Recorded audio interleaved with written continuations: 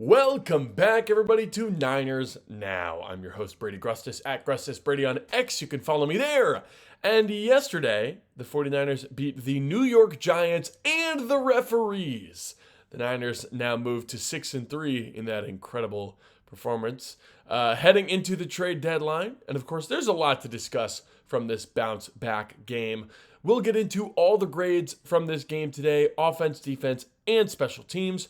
And of course, stick around until later in the show because we got to talk all about the edge rushers, Mykel Williams, Keon White, and a potential trade deadline addition. But before we begin, go ahead and subscribe down below. Leave a like, leave a comment, and let's get into it.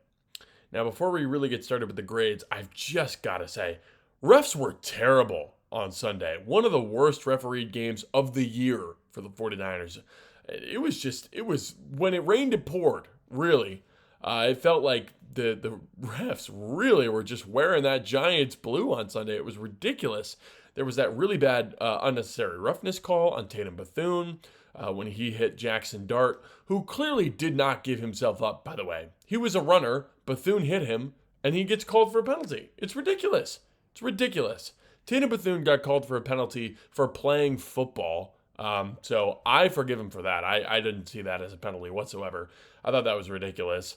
There was also, of course, the missed pass interference on Juwan Jennings in the end zone. Juwan should have had 2 touchdowns today instead of his only 1 because the cornerback ran into him and prevented them from catching the ball. It was pretty textbook DPI, and it was not called. I think that was ridiculous. And then, of course, to top off the trifecta, this one was a little more minor, but there was that fun Kyle Juszczyk sort of QB sneak sort of thing, where Mac Jones and Christian McCaffrey were in the backfield and they were conversing or whatever. Juice motions over right behind the center, takes the direct snap, spins around and gets the first down off of it. And then, of course, they called the illegal shift and moved the offense back 5 yards. I thought it was ridiculous. I thought it was a ridiculous penalty. Nobody was moving. It's not an illegal shift. It just wasn't an illegal shift. And the refs docked the 49ers 5 yards and the possession for nothing, for no reason. Refs were terrible on Sunday. They were horrendous. Do not let any Giants fans tell you different. It was absurd how just bad they were. They were just terrible. Now, the 49ers have been the beneficiaries of some poor officiating so far this year. If you remember that Thursday night game against the Rams, there were some questionable calls in that one. So maybe this is karma for that. But the 49ers did end up getting the win anyways. And now, for real this time, let's get into the grades. Starting with special teams. Special teams, man, I'm giving them an A. Because what else? What did they do wrong? What else can you ask from this unit? I mean, sure, it'd be great to get one of those dynamic, game-changing splash plays, right? Like a kickoff return touchdown or a blocked punt or a blocked field goal or something like that, right? But the 49ers didn't need a play like that to win.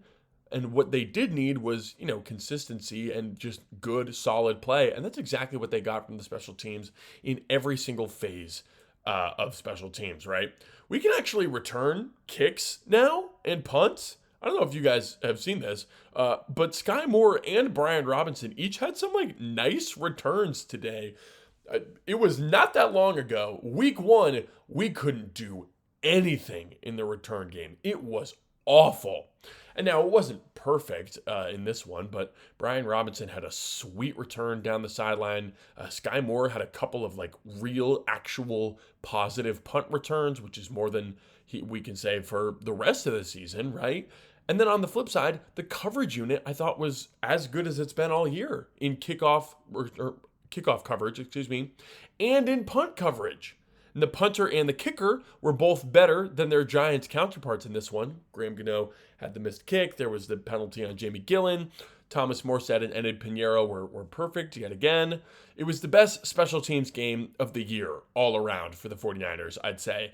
And it's very clear to me that Brant Boyer is achieving his vision. This has been a fantastic hire. And I mean, we've talked a lot about the coaching of this 49ers team and how it's done so much heavy lifting to get the 49ers to this 6-3 record. And we talk about Kyle Shanahan and we talk about Robert Saleh, but really, we've got to be talking about Brant Boyer as well, because he is pulling his weight with this unit. I don't think people really realize how quick this turnaround is happening. It's been half a season, and the 49ers are already playing at basically a top 10 special teams unit level in the NFL. At least they did against the Giants on Sunday. And that is something I could never have even dreamed of with Brian Schneider or, Richard Hightower coaching that unit. So thank you, Brant Boyer. We see you. We respect your work. A grade easily for the special teams. Now, let's talk about the offense. I'm going to give the offense an A as well. This was not a perfect game. It was not an A+, but, you put up 34 points. It's the best scoring performance of the season, and I think if you looked at the tape, it matched that, right? I thought this was a really solid, really good performance from the 49ers offense. Christian McCaffrey is amazing. He's so good. He's just in both phases, right? He was phenomenal as a runner. He was phenomenal through the air. Anyone who says he's lost a step is ridiculous. McCaffrey is playing out of his mind right now. He's truly irreplaceable. That's the word, not unreplaceable. Irreplaceable part of this team, right? He's been absolutely phenomenal. The run game as a whole looked great. Now, this Giants defense is not the best run defense in the world. In fact, they are one of the worst, so that makes sense. But McCaffrey, of course, 170-something total yards, 2 touchdowns. And Brian Robinson had his best game as a 49er by far. Had 5 carries for 53 yards in this one, including a big, angry touchdown run. His first as a 49er. Man, that was a nice run. I thought his vision was great. He broke some tackles, including that big truck stick on Giants cornerback Deonte Banks to get into the end zone. He didn't look sluggish. He didn't look slow. I was really happy with how Brian Robinson played in this one. Seems like a great guy, very humble, and I'm excited to see some more success, hopefully, from him in this one. Rams next week, they posed a pretty big challenge for the 49ers run game last time they played. So I'm really hoping that now that the run game is starting to click a little more, and we've had a couple weeks in a row where it's really starting to look better, I'm really hoping that they can show up against the Rams, especially Brian Robinson. If we can get him rolling, that would be huge for this offense. Now, also, the run game was not the only thing carrying this 49ers offense. I thought the pass game was pretty good, right? A little unreliable at times, but Mac Jones looked great. I think he had 2 or 3 bad plays, including the fumble. Of course, that one was tough. Had a couple missed throws.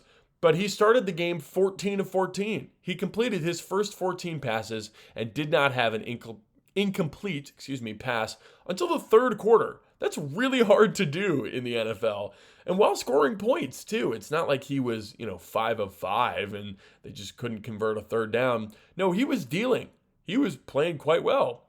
I think it's very clear that the wide receiver room is still missing their top guys, right? Still missing their alphas. Still missing Brandon Ayuk and Ricky Pearsall. And you can feel that absence.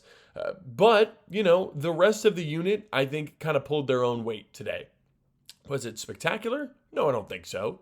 But Jordan Watkins had a really nice catch early on in this game. Great way to get your first career catch. Shout out to Jordan Watkins, man. Hopefully that'll earn him some more playing time going forward, because that was really cool. Jawan Jennings had the nice touchdown as well after that.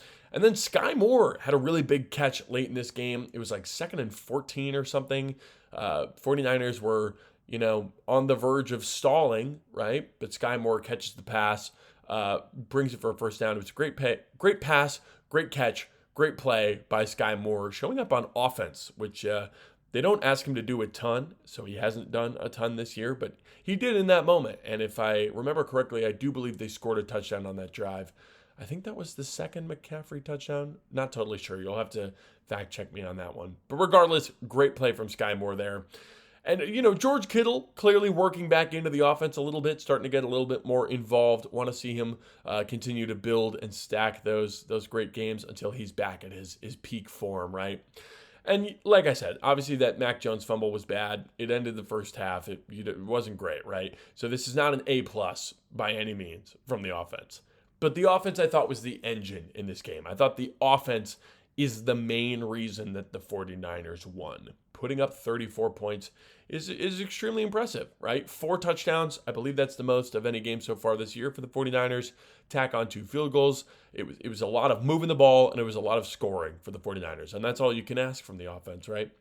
The run game looked great. The passing game did its job. The stars look explosive. Kyle Shanahan's trying stuff out. I mean, he was really leaning into the toss, the crack toss, the pitch runs. I thought that was pretty cool. It was a great way to get the ball to the outside and really attack kind of a weak secondary, as we saw Brian Robinson do on that touchdown run, right? I liked that wrinkle, and I'm excited to see if they use it more. They've been using it so far this season, but I felt like it was really an emphasis in this game. I also thought that Kyle Juszczyk sneak that got called back, I thought that was a really fun play call, right? You see stuff like that every once in a while from NFL teams, but I don't remember a time that we've seen it from the 49ers. But Juice made it happen, made a great play on it.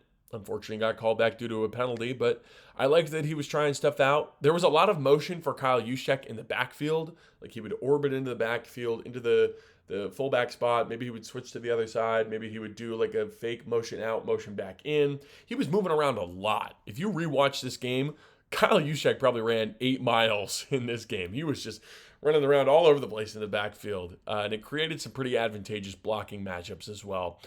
So shout out to Kyle Shanahan for that design. It was great. I liked the offense quite a bit. I also do want to mention Spencer Burford got the start at left guard in this one. Ben Bartch not ready to return just yet, but Burford was all good to go. Slid into that left guard spot. Pretty interesting because they've been playing him at tackle a bit more. But of course, he has experience playing guard. They needed him to play guard today, and he filled in pretty admirably. He let up a sack, I believe. And that play wasn't great. It looks like there maybe was supposed to be a little help, or he thought there was supposed to be help, or something like that. Not a great play, but otherwise I thought he was quite good. I thought he was pretty solid, and if we have to see more Burford at left guard, I think you can do worse, right? I don't think he's perfect, but I think you can do worse, especially in his first game back from injury. And now let's talk about the defense, folks.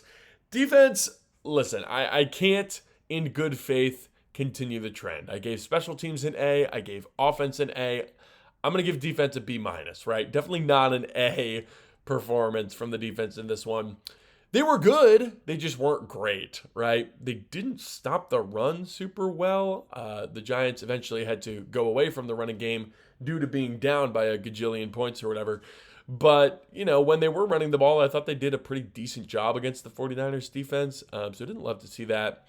They gave up a couple of big plays to Jackson Dart on the ground and through the air. There were a couple of really nice throws, especially in quote-unquote garbage time for Jackson Dart in this one.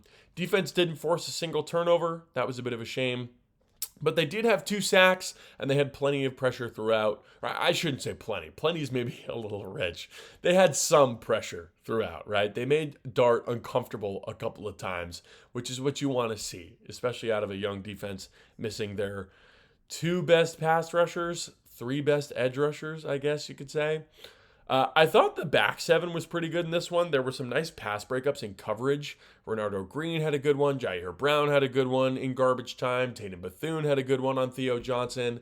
I was pretty impressed with the pass coverage for the most part. Obviously, there were some breakdowns and such, but yeah, I thought they were better. Tackling was a lot better in this game. Tatum Bethune especially. He was flying around, making hits, making tackles. It was great. Malik Mustafa had a great tackle in the red zone. That was huge. D. Winters had a nice tackle. I was impressed with the tackling. Cleveland Ferrell, I want to give a shout out. Had a nice day, elevated from the practice squad in this one. Had a big sack where he snuck up behind Jackson Dart.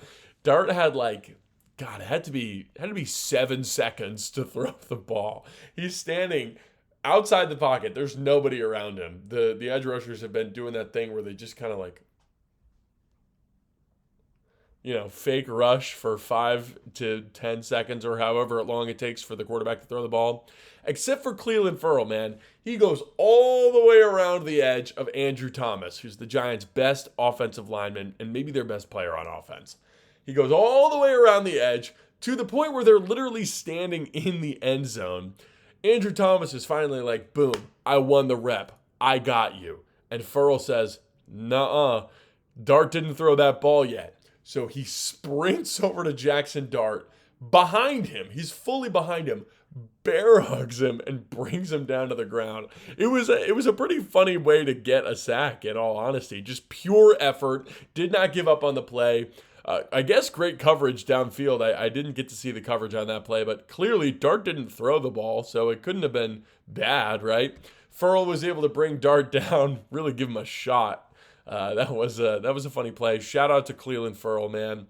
Also shout out to Samo. Back's playing well, you know. He played well against the Falcons, had kind of a dud game against the Texans, but another great one in this game against the Giants. Real nice play.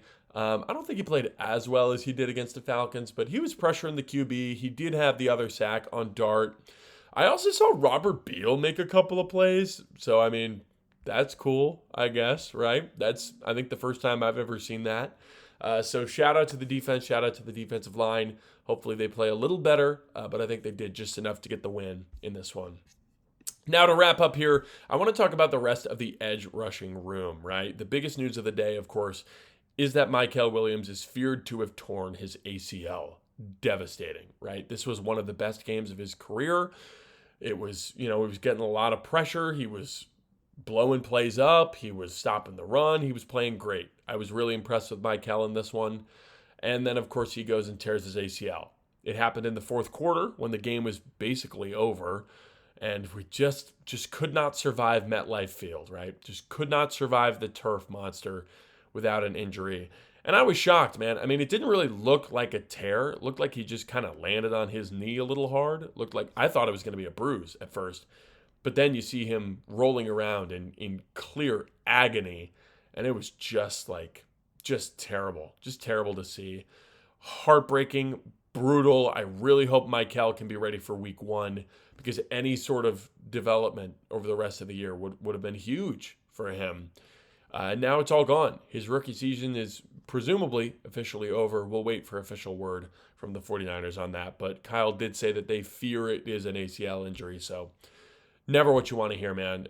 Just praying for Mykel. Hopefully he can get back healthy and get back to his normal self. With Mykel out, Keon White came in, made his 49ers debut. Thought he was mostly quiet, right? Makes sense. It's his first game, new team, East Coast. It's little tricky situation to step into. But I thought he was clearly explosive, right? If you watched his snaps, he had some great kind of bull in a china shop kind of reps on these stunts especially. He's at his best when he's got bodies around him and he can just kind of crash and shove and move dudes out of the way. He's not as good on the edge, on that island, right? He's not a technician, right? He's not going to do all these fancy moves and get around you, but he is awesome in a phone booth, just wreaking havoc. That is his game, and I think the 49ers are well equipped to put him in that position, especially now with Mykel presumably out for the year. There's going to be a lot more opportunities in that NASCAR package for Keon White to come in and really make some stuff happen. I think with more familiarity and I think with more experience and settling into the scheme a little better and just kind of getting his feet under him. I think when all that starts to click a little more for Keon White, he can make some really big plays for this team. And we're going to need him to with no Mykel Williams, right? No Yetur Gross-Matos, who's on IR right now. No Mykel Williams, presumably going to go on IR for the rest of the year. Keon White is now that NASCAR guy, right? He's that dog roll guy. He's the Omenahu guy, right? He's the inside-out guy. Because we had Mykel and we had Yetur Gross-Matos. Both of them are gone, right? Can't do it with Nick Bosa because he's gone, right? Maybe the 49ers do go get a guy like Arden Key. I know clearly they've liked to have more than one guy who can do that sort of inside-out pass rushing stuff. So maybe they do go get Arden Key at the trade deadline and pair him up with a Keon White so they can have, a couple of options for that role. And I think, speaking of trade deadlines, I'll tell you, Bryce Huff, Sam Aquanu, Keon White, Cleveland Furl, and then you add Trey Hendrickson. I think that group of 5 can still win a Super Bowl. And I think that pretty comfortably, even with the rest of the issues going on with the defense. Now, I think you'd need some help from the offense, of course. But I think that 5 is at least capable of winning you a Super Bowl. And if you take that group, right, Huff, Samo, Keon White, Cleveland Ferrell, and you add like a Jalen Phillips or a Jermaine Johnson, I think you're in playoff conversations. I don't know if I'm ready to say Super Bowl if it's one of those guys, but definitely you could make the playoffs with that sort of group. I think the 49ers have, in a really weird way, rebuilt the back end of their pass rushing stable by adding Keon White and Cleveland Ferrell. Neither of those guys are, I think, bona fide starters or anything, but Ferrell is a really high effort run defender and, just high effort pass rusher, right? And I think that's important to have. That's important to have coming off the bench. And Keon White is that specialized role player type of guy, right? He's the bull in the china shop. He's a guy who can make plays for other people. He's a guy who can just create chaos in the backfield and, really freak some quarterbacks out. And then you've got guys like Samo, who's a more traditional edge, and then you've got Huff, who's your speed guy. So if you can add like a real alpha, like a real number 1 to that group, like a Hendrickson or a Phillips or a Johnson, I think it comes together really nicely, man. It really does. So I'd be excited about that. And so I think the 49ers need to get aggressive at the trade deadline. It's coming up tomorrow. I think tomorrow at 1 p.m. Pacific, I'm pretty sure. I'll have to double check that for tomorrow's video. Don't worry, I certainly will do that. But you've got to get aggressive, right? Mykel Williams, done for the year, I assume. You need an edge even more now than you did 2 days ago, right? And you're 6-3 at the bye week. 6-1 against NFC opponents, which is a pretty big tiebreaker when it comes to playoff seeding. You're 3-0 in the division, right? You have yet to lose a divisional game in this season. And you've got the Rams at home next week, right? This is a huge game. There are not many games on the schedule more important than this game in week 10. The Niners have to beat the Rams in this one. Can you imagine? Can you imagine if they beat the Rams?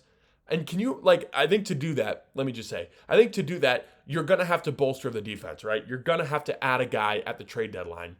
But just imagine, by next week, Trey Hendrickson's a 49er. We sweep the Rams. We're 7-3 atop the NFC West. That is a scary, scary situation for not only the rest of the NFC West, but the rest of the league as a whole. And I think it's kind of realistic. It all just hinges on what you do at that trade deadline and if you can be smart at this trade deadline. So please, John Lynch, now is the time. Go get a dude. Go win some games. So that is all for this episode, folks. How are you feeling after a really big 49ers win followed by another big 49ers injury? What do you think the 49ers should do at the trade deadline tomorrow? Let me know down below. And of course, let me know if you enjoyed this episode. Leave a comment, leave a like, and let me know if there's any topics that you'd like to see me cover. Thank you all for watching, and subscribe for 49ers videos 5 days a week. You have no idea how much your subscription means to me. I've really appreciated all the support. You'll do great things for me and the channel if you go ahead and hit that subscribe button. So please do. I'm Brady Grustas, at Grustas Brady on X. This has been Niners Now, and I'll see you tomorrow.